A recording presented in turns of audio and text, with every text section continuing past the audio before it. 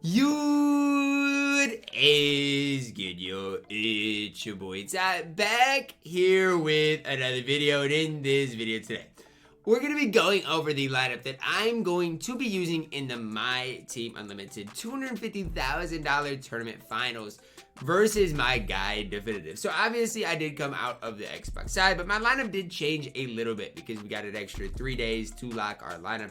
It's not going to be the most up to date because you guys know that you normally have to lock it in early. So I had to lock it in a week ago Tuesday or a week ago Wednesday, I think. So, you know, all these new drops like the Kareem, like, you know, the newer drops, Braun, for example, they cannot be included in this squad. Now, before we dive any further into this, make sure you guys do smash that subscribe button as we are on the road towards 90,000 subscribers. So starting off at the point guard position, there's no question about it. We're plugging in Luka Doncic. Now, here's the deal with Luka, guys. A card that came out legitimately the day before 250, I do believe, if I do remember right. And again, and most of you guys know my next gen fiasco, I wasn't able to get the best Luka right away. Now, I'll be the first to say it. My Luka Doncic still is not the best Luka Doncic in the game, but he's solid enough, okay? And here's what Luka Doncic is going to do, 6'7". You know, we're obviously good 3-ball defensively. I got him pretty soup, so he's going to play solid defense. Combine that, guys, with 32 Hall of Famers, including the important ones, right? Brick wall is an important one. Rim is an important one. Those types of badges, you know, that I think Luka Doncic definitely can use and are definitely going to be helpful in the finals, right? In the finals, it is best of 3, and the margin of error is going to be super, super small. So having Luka, you know, on my squad, I do think is definitely going to help me out. And I wouldn't be surprised if he is my best player, you know, today. And next up, Scotty Pippen at the 2. A lot of people would not start Scotty. And look, if you don't want to start Scotty, I get why. But my thing is, I'm comfortable with Scotty. Scotty is one of the best players in my entire squad. You look at it, 6'8", 210 pounds, really good all the way around. 92 3-ball, you'd be like, Ty, why don't you boost that? Well, Don Nelson does boost that to a 99. That way I can focus on the defensive side. The block, interior, both do get boosted. Acceleration, vertical, as well as strength also do get boosted.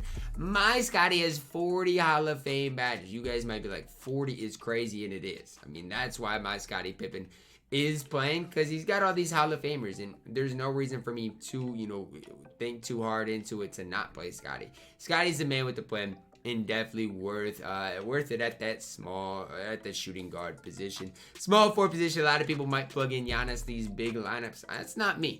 I like having ball handlers or guys that can create on the floor. That's why Kawhi Leonard is going to be my small forward. Dude's literally got every badge in the game, and my Kawhi has 51 Hall of Fame badges. I mean, are you kidding me? 51 Hall of Famers. Basically every Hall of Fame badge in the game.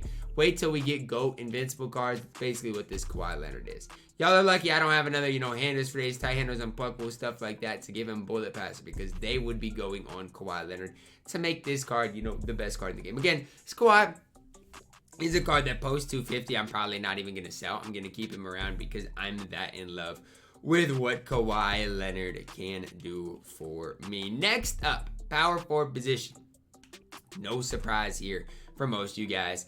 Giannis Antetokounmpo. Now, I honestly might play my bench power forward just as much, if not more, than Giannis, but for the time being, I do like my Giannis. There was a game, I think it might have been the finals, maybe it was against FaZe, I don't remember, where Giannis just got rebound after rebound after rebound on the offensive end of the court. I think he had 6 rebounds, which is just crazy to think about. 6'11", 242 pounds. 83 ball obviously did boost that, boost the block, acceleration, vertical strength. You look at Giannis here, 28 Hall of Famers. He has rim. He has rebound. He's got everything he needs. Brick wall as well as bullet passer. Just a complete Giannis. I spent a lot of MZ, you know, getting this Giannis Antetokounmpo, but he was more than worth it and came up in a big, big way for me. Next up, center position. You guys might think, yeah, no, sir. We're plugging in David Robinson. A lot of people, again, might run this card at power forward if they were in my position. Again, I like just having more flexibility, more versatility on the offensive end, and guys that can guard the ball. I think that's going to be very important, especially against Definitive. D-Rob 7'1", 235 pounds. I did boost the 3-ball because my coach obviously doesn't for centers. Perimeter goes up to an 88. Vertical, stamina, lateral quickness are the other things that I personally did boost. I like David Robinson is just an all-around big guy in the game. I mean, really good shooting-wise. Not as good as KP shooting the ball, but really good, really solid on the defensive end of the court. And just a guy I can trust with 34 Hall of Famers to get the job done. It's the big thing about David Robinson. He's not necessarily the best center in the game right now, obviously, with the new Kareem stuff like that, which I can't run.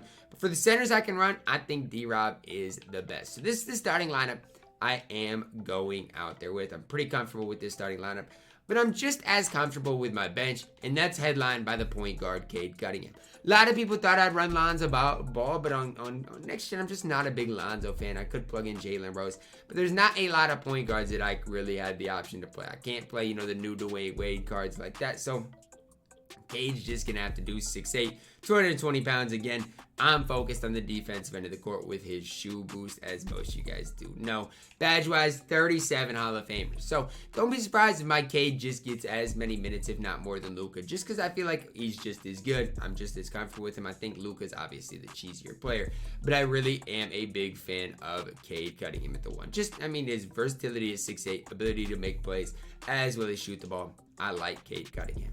The new guy on the block is the dark matter Cedric Maxwell. The new guy on the block. But that doesn't mean he's bad. He's going to have a 92 3-ball defensively, get the job done. And that's why I like Cedric Maxwell. A lot of people are like, yeah, I love Cedric Maxwell because he's offensively so good. My mindset is I like Cedric Maxwell because he's 6'8" and can play the 2 and get the job done on the defensive end of the court. I think that's where I'm really, really impressed with my Cedric Maxwell with great tendencies. 26 Hall of Famers, 42 on gold, which is just absolutely ridiculous. Did apply some extra Hall of Famers to Cedric that I, had just sitting around. But here's what you're looking at. A Cedric that can just really do it on both ends of the court. I'm trying to think of exactly what I gave him. I don't exactly remember. Maybe I gave him, hot zone hunter, clutch shooter, some badges like that, but not super important ones. You guys can see what I did add to Cedric Maxwell just to make him that little bit better, right? That's really what you want for Cedric, just for him to be a little bit better than just a base Cedric. So that's what my Cedric is. Not necessarily the most soup. He's a guy that I wish I had more Hall of Famers to give him, but I don't. And so this Cedric is just going to have to do it. The small forward position, backup small forward. It's kind of a question, right? Do I plug in Rudy or do I change it and kind of try to run Kobe as well as Cedric? I decided to go with Rudy, right? 6'8", 230 pounds. He's just a guy, again, I gave a defensive shoe to. You're going to see that a lot. But Rudy is a guy that I can trust to just get the job done, right? That's Rudy in a nutshell. I can trust him to get the job done at a very high level. Badge-wise, has 30 Hall of Famers, and the Hall of Famers are important, right? He's got what I need, rim, chase down. I don't know what he necessarily comes with, but I know I do get rim on him. I'm trying to think. I think he comes with maybe chase down and clamp, so maybe mine got interceptor as well, but it comes with limitless, chef, some other great badges. Just a small forward you can trust. At 6'8", play great defense, hold it down on that end of the court while playing great offense. Again, a guy that I trust, just having trust with guys on the court, I think is a pretty big deal. Now, at the power forward position, that's the one that changed, right? In the middle of the 250K next gen tournament, I went with Diamond Bobo instead of Kevin Garnett, and I'm super glad I did. I absolutely love Bobo. 7'2", 220 pounds.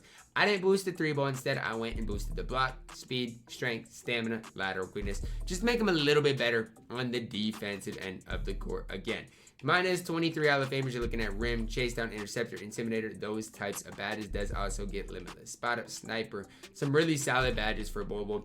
Again, only 47 base badges. The reason you run Bobo is not because of the badges. The reason you run Bobo is because he is 7'2" with an insanely large player build. I feel like the nice thing about Bobo, mine doesn't have chef, but I feel like the nice thing about Bobo is this, guys.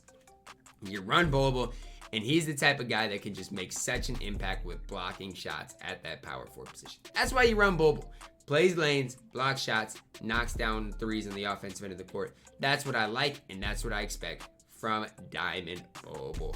Now the center position, you guys might think Yao Ming. I'm still rocking with Pink Diamond Kristaps Porzingis. It's crazy after all this time that I'm still running Pink Diamond Kristaps, a card that came out so long ago in the Beast set as a Pink Diamond but he's still on my squad 7-3. Mine's got a 93 3 ball that I'm perfectly okay with. Did boost the interior speed, vertical strength, lateral quickness, just to make him a little bit better again on that defensive end of the court badge or tendency wise, which is fine. Mine's got 29 Hall of Famers, and that's why I run Kristaps, right? The brick walls of the world is an important badge. You look what else he's got: the interceptor that I applied to him, the rim, the rebound chaser. Those are big badges for KP, and those are the types of badges that can keep him on the court when nobody else thinks of running Kristaps. That's why you're gonna see my Kristaps. And I would be totally shocked, honestly, to see a guy like Definitive run Kristaps. With guys like Hakeem out here, guys like, you know, that you can run Hakeem, I'd be so stunned to see him run Kristaps Porzingis. Now, these last 3 bench spots, this is where things get kind of interesting, right? I could have stayed with Lonzo Ball, but I decided to go with Ben Simmons. My reasoning for going with Ben Simmons is if I absolutely need a stop on the defensive end of the court, I'm plugging in Ben Simmons. And that's why he's on the court. Again, offensively speaking, he's not good, and I'll never use Ben Simmons probably in 250K. But if it comes down to the last possession, and I need a stop, Ben Simmons is coming onto the court. He's 6'11", really good speed, decent defensive badges. He's coming on the court, and he is going to give me a stop. Now, again, I got to plug in Kobe, because here's the deal. My Kobe's got 49 Hall of Famers. If things get dicey at this shooting guard position, if Scotty's playing bad, if Cedric's not doing what he needs to do, that's cool. I can just plug in my Kobe Bryant, who, again, is so juiced. It is absolutely insane. Again, if Cedric doesn't play well, which I like Cedric, but if he doesn't play well, again, I can always just lean on my Kobe Bryant, who probably, again, will not play. But if things get interesting, I know I got a guy that I can count on. And if things get very interesting, I will pull out Yao Ming. This is only if things get super dicey and I need just a spark, then I will pull out Yao. Not a guy I want to use, but I did use my Hall of Fame catch and shoot on him. I mean, he does got some decent badges for Yao. I mean, and so, look, if things get really interesting, Hall of Fame clamps as well, Yao can play. I don't want to play Yao. I don't want to, you know, be a Yao cheeseball and have to play him. But if things get really interesting with KP or D-Rob not holding it down, Yao is just simply going to have to play. So there's a little bit of changes in the squad, not a whole lot, but this is the squad that I am going to be playing in the 250 finals with against Definitives. Hopefully you guys do enjoy this kind of treat that you guys get. It totally happens once a year, and hopefully Definitive I can put on an absolute show. It's gonna wrap it up, guys. Drop a like on the video, subscribe if you are doing that. As always, man, I love you guys, and have a blessed day.